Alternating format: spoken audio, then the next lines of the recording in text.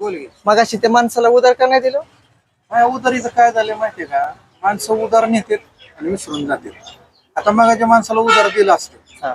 तर आपल्या गावात आहेत 30 दुकानं, बर त्याला अजून 29 पर्याय आहेत. बर. आणि त्या 29 पर्यायात त्याचं अख्खं वर्ष बाहेर निघतंय. कस काय? म्हणजे 365 दिवस आहेत. हा.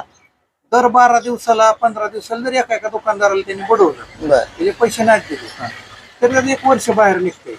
आणि प्रत्येकाचं अनुभव घ्यायला, टेस्ट घ्यायला 37 वर्ष गेली माझी. माझ्या आयुष्यात मला नाही आठवत की कुणी इमानदारीत नेले आणि पैसे आणून आणून दिले. दिलेत. हा. माणसं भांडणावरच येतात आणि लोकांना पर्याय उपलब्ध झाले, त्यामुळे आपण ते रिस्क नाही घ्यायचे. मराठीत एक म्हण आहे, हम्म. सर घोड्या खोल पाणी. म्हणजे काय?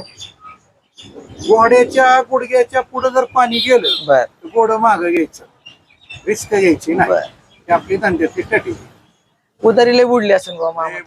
बुडली बुडवणारी काय आता बोलायचं, त्यावर शब्द नाहीत माझ्याकडे. म्हणजे आपलेच जात आणि आपलेच होत.